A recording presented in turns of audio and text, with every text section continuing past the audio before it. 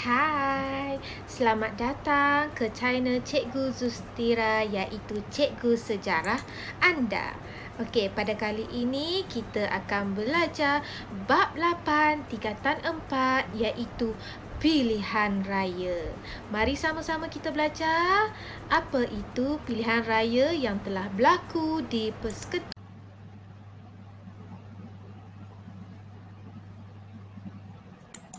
Hai, okey, hari ini kita akan masuk pula kepada subtopik yang kedua iaitu proses pilihan raya umum yang pertama. Okey, jom. Hai, okey, hari ini kita akan masuk pula kepada subtopik yang kedua iaitu proses.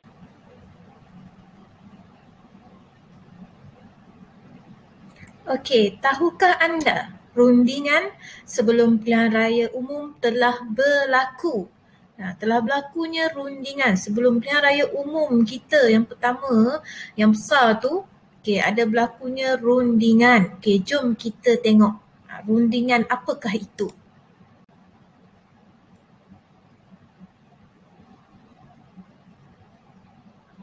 Okey, terdapat rundingan sebelum pilihan raya umum diadakan. Okey, yang pertama, pembentukan jawatan kuasa pilihan raya pada 1 Februari 1954. Okey, sebanyak 46 orang ahli jawatan kuasa pilihan raya tersebut. Okey, apa tugas jawatan kuasa tersebut? Adalah untuk mengkaji hal ehwal pilihan raya yang akan dijalankan. Pilihan raya, so 46 orang ahli jawatan kuasa tersebut ditugaskan untuk mengkaji, untuk orang kata uruskan bahagian pilihan raya umum yang akan dijalankan. So terdapat dua bentuk penyata susunan daripada MPP telah dikeluarkan. Okey, jom kita tengok apa dua bentuk yang telah dikeluarkan oleh MPP.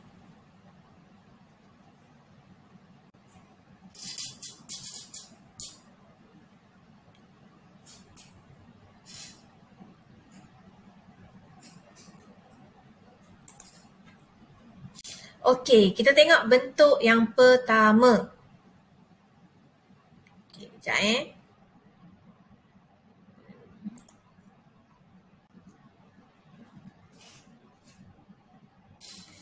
Okey, kita tengok bentuk yang pertama iaitu bentuk A.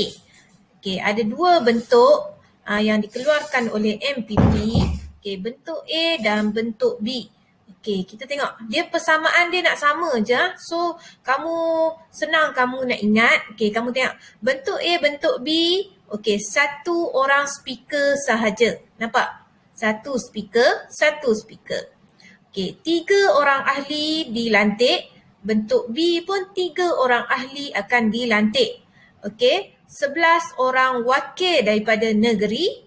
11 orang wakil daripada negeri juga untuk bentuk B. 20 orang dilantik untuk mewakili kepentingan tertentu dan sama juga untuk bentuk B. Okey, 3 orang dilantik mewakili golongan minoriti, sama juga dalam bentuk B. Dan 2 orang ahli rasmi iaitu setiausaha pertahanan dan setiausaha ekonomi. Okey, sama juga dalam bentuk B iaitu 2 orang ahli rasmi, setiausaha pertahanan, setiausaha ekonomi. Okey, apa yang beza bentuk A dengan bentuk B? Okey, kita tengok yang last sekali yang cikgu dah warnakan warna merah. Okey, untuk bentuk A, 60 orang akan dipilih melalui pilihan raya. Maksudnya wakil lah. Okey, akan dipilih sebanyak 60 orang. Okey, tetapi untuk bentuk B, okey, 40 orang akan dipilih melalui pilihan raya dan 8 orang tambahan akan dilantik oleh Pesuruhjaya Tinggi. Okey, nampak tak perbezaan? Okey, ada dua bentuk yang telah dikeluarkan oleh MPP. Apa yang beza dia adalah jumlah orang yang dipilih, wakil yang akan dipilih, wakil rakyat. Okey, bentuk A 60, akan dipilih melalui pilihan raya, maksudnya undian. Okey, untuk bentuk B, 40 saja yang akan dipilih dalam pilihan raya dan tambah lagi 8 orang tambahan akan dilantik oleh Pesuruhjaya Tinggi British. Itu je beza dia. Sama ada bentuk A ataupun bentuk B dipilih dalam pilihan raya umum.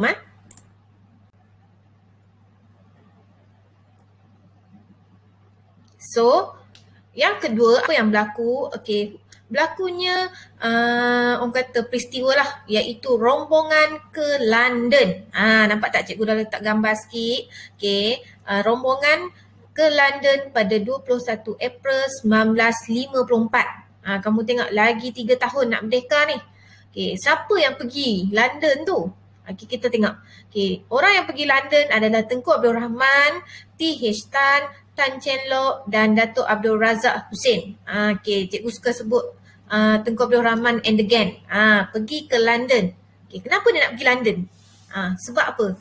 Okay, kita tengok tujuan dia adalah untuk menyatakan hasrat, iaitu 3/5 bilangan anggota MPP hendaklah dipilih melalui pilihan raya. Okey, nampak Okey, itulah tujuan Tengku Abdul Rahman and the gang pergi ke London untuk orang kata memohon persetujuan daripada British untuk memastikan 3/5 bilangan dipilih melalui pilihan raya. Maksudnya dipilih melalui rakyatlah, undian. Okey.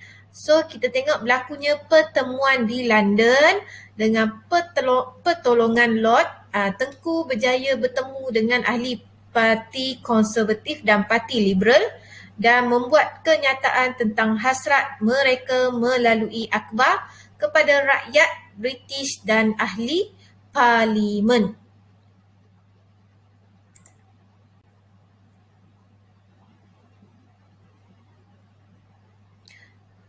Rundingan. So Tengku Abdul Rahman berunding dengan Oliver, iaitu setiausaha tanah jajahan British di London, tetapi gagal untuk mendapatkan persetujuan, iaitu 3/5 melalui pilihan raya. Tetapi akhirnya bilangan ahli MPP yang dipersetujui dipilih melalui pilihan raya adalah sebanyak 52 orang. Yang disetujui oleh British dan Parti Perikatan yang diwakili oleh Tengku Abdul Rahman. Maksudnya mula-mula gagal, tapi selepas tu telah disetujui sendiri oleh British untuk ahli, maksudnya wakil MPP ni dipilih oleh rakyat melalui pilihan raya. So sebanyak 52 orang telah dipersetujui. Hasil daripada usaha Tengku Abdul Rahman and the gang tu. Okay, faham ni sebelum peristiwa berlakunya pilihan raya umum. Tengku Abdul Rahman sanggup pergi London ni untuk nak memastikan rakyat ni ada kuasa pilihan yang banyak. Maksudnya boleh pilih wakil-wakil yang akan memimpin.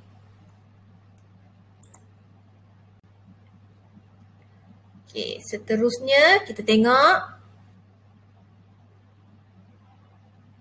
Okey, kita tengok proses pilihan raya MPP 1955. Okey, proses pilihan raya MPP iaitu Majlis Perundangan Persekutuan. Okey, cikgu tulis pendek je MPP. Okey, kita tengok apa proses dia. Nak pilihan raya umum ni pada 1955. Okey, yang pertama, okey, Suruhanjaya Penentuan Sempadan Kawasan telah ditubuhkan. Maksudnya dia nak tetapkan kawasan-kawasan pilihan raya. So sebanyak 52 kawasan telah ditetapkan untuk pilihan raya itu berlaku. Penentuan kawasan. Okay, yang kedua, rang undang-undang diluluskan untuk diadakan pilihan raya pada Ogos 1954. Maksudnya dulu kan tak ada pilihan raya kan. So bila nak wujudkan sesuatu perkara yang baru, contohnya pilihan raya, benda besar ni dia mesti kena ada undang-undang. Barulah boleh dijalankan. Sebab itulah langkah yang kedua iaitu rang undang-undang telah diluluskan untuk adakan pilihan raya umum pada 1955 nanti ni. Okey. Yang ketiga, pendaftaran pengundi iaitu pada 18 Oktober 1954. Okey. 18, 1910 tu 1954 semua rakyat boleh daftar mengundi. Macam kita lah, maksudnya kita pilihan raya kan. So kita pun kalau nak mengundi, dah cukup umur, kita nak mengundi, kita kena daftar dulu, baru boleh mengundi. Macam tu jugalah pilihan raya yang dulu. Kena daftar dulu iaitu pada 18 Oktober 1954. Okey. Kecuali Terengganu. Okey, Terengganu pengundian dia, pendaftaran dia adalah pada 29 Oktober 1954. Okey, kenapa Terengganu ni lewat? Sebab untuk negeri Terengganu pada 29 Oktober ni berlakunya pilihan raya negeri Terengganu. So siapa yang mengundi tu dia akan automatik didaftarkan sebagai pengundi dalam pilihan raya umum nanti. Faham? Okey. Yang keempat, penamaan calon iaitu calon-calon wakil rakyat ni. Okey, pada 15 bulan 6 1955 tahun depan tu orang kata calon-calon telah diwatarkan. Okey, siapa yang akan jadi calon? Calon A, calon B, calon C. So calon-calon ni boleh buat kempen pilihan raya selama 45 hari. Kempen lah, meriah lah. Calon-calon pun keluarkanlah manifesto dia untuk undilah saya. Kalau undi saya akan bagi yang ni, bagi A, bagi B. Macam tu berkempen. Nak tarik undi ni selama 45 hari sahaja. Dan hari mengundi adalah pada 27 Julai 1955. Terciptalah sejarah hari mengundi pilihan raya umum yang besar lah. Hari mengundi pada 27 Julai 1955. Okay, selepas habis mengundi, peti undi telah dibawa ke pusat pengiraan. So undian akan dikira dan selepas siap undian, pengiraan undian, pengumuman keputusan akan diumumkan. Telah diumumkan lah. So tamat. Macamlah prosedur dia nak macam kita sekarang ni lah pilihan raya ni. Kita kena daftar undi, so kita mengundi. Lepas habis mengundi ada pengiraan. Lepas habis pengiraan terus akan diumumkan. Siapa yang akan menang, calon mana yang menang ni. Setiap kawasan tu. Okay, boleh faham ? Ya, proses pilihan raya ada 8.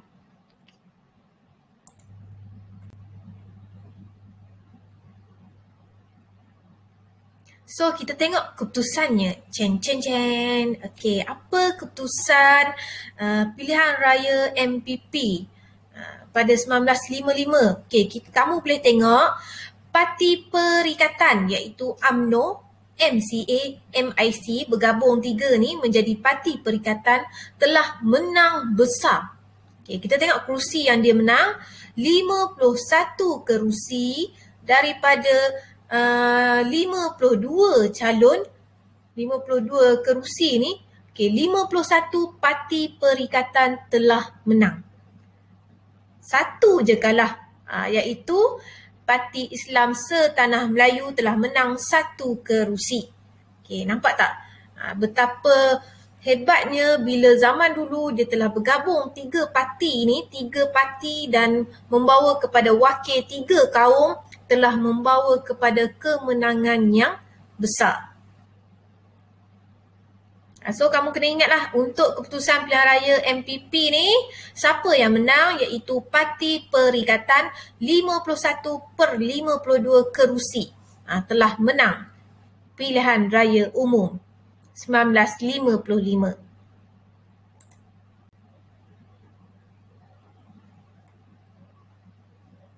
Okey, kita tengok syarat-syarat untuk menjadi pengundi dan calon. Tadi kita dah belajarkan ada tarikh mengundi, ada tarikh untuk daftar, ada tarikh untuk penamaan calon. So kita tengok syarat-syarat dia. Okey, untuk jadi pengundi, rakyat lah, semualah. Okey, mestilah warga negara Persekutuan Tanah Melayu. Mestilah warga negara 21 tahun ke atas. Siapa yang umur 20, 19 tak boleh mengundi. Tak layak lagi mengundi ya. Okey, dan yang ketiga, individu yang tinggal di Persekutuan Tanah Melayu dalam tempoh 6 bulan terdahulu. Maksudnya sebelum tarikh daftar tu.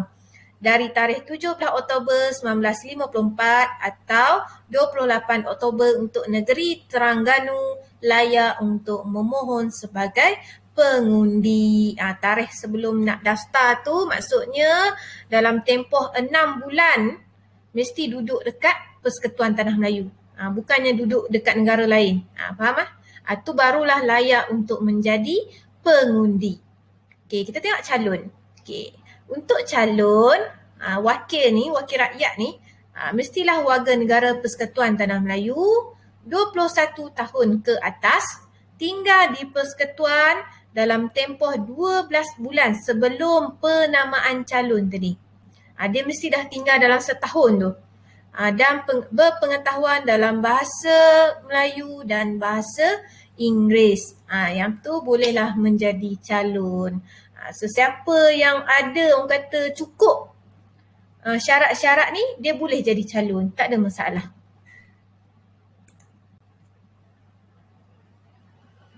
Okey.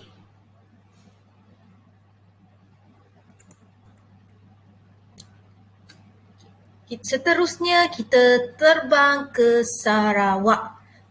Naik kapal terbang, kamu bayangkan kita berada dekat Sarawak sekarang ni.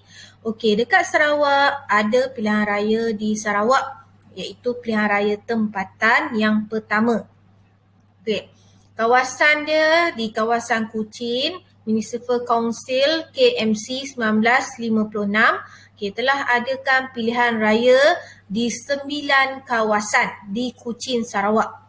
Okey, selepas pilihan raya, okey, siapa yang menang iaitu pengerusi dia yang pertama William Tan dan timbalan dia Ong Kin Hui. Okey, dan yang kedua ada pilihan raya kawasan Sibu. Okey, 1957. Okey, pengerusi dia Tin Sui Huan dan timbalan dia John Lu Lin Chong. Okey, tu di Sarawak. Pilihan raya dekat Sarawak lah, pilihan raya tempatan je, tetapi dia hanya ada di kawasan Kuching dengan Sibu.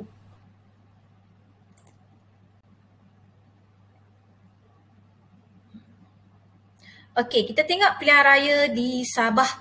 Okey, pilihan raya di Sabah, kerajaan tempatan yang pertama diadakan pada 16 Disember 1962. Okey, di bawah local government iaitu 118 kawasan di pihak berkuasa tempatan. Setiap usaha kolonial bertanggungjawab menjalankan pilihan raya tersebut. So, seramai 202 calon bertanding bagi 118 kawasan. Dekat Sabah, dia besar sikit. Calon di 53 kawasan menang tanpa bertanding. Okey, kita tengok parti-parti ni, kamu boleh tengok. Okay, dia lebih kepada sama banyaklah sikit-sikit. Macam parti USNO ni iaitu kawasan yang dimenangi 54 kerusi. Banyak. UNCO 38 kerusi. Kawasan yang dimenangi. Okay, so rumusan yang kita boleh buat, okay, memilih wakil rakyat yang berintegriti dan mempunyai jati diri yang penting menjalankan demokrasi yang baik di negara kita. So sebagai rakyat ni, kita mestilah memilih wakil rakyat yang orang kata ada jati diri, yang berintegriti, yang berkaliber, yang berpengetahuan supaya dapat menjalankan demokrasi yang baik di negara kita. Pilihan raya ni dia membuka peluang kepada rakyat yang adil supaya rakyat boleh memilih pemimpin yang akan memerintah negara. Rakyat boleh mengambil bahagian dalam politik tempatan dan memilih pemimpin yang berkaliber. Sebab perumusan macam mana orang kata dulu, zaman dulu kita kan pemerintahan beraja, lepas tu kita bertukar kepada penjajahan British. So selepas habis penjajahan British, kita buat pilihan raya yang pertama yang berlaku, pilihan raya bandar, bahagian negeri dan pilihan raya umum yang paling besar untuk memilih wakil-wakil rakyat, memilih pemimpin. So pilihan raya ni penting untuk memastikan negara ni sentiasa aman. Rakyat ada hak untuk memilih pemimpin yang akan memerintah negara. Cikgu harap kamu faham untuk tajuk kita 8.2 iaitu tentang pilihan raya umum pada 1955. Nanti kita akan sambung ke tajuk yang seterusnya. Jangan lupa like dan subscribe YouTube cikgu ni. Nanti kita sambung ke tajuk topik 8.3. Stay tune. Bye.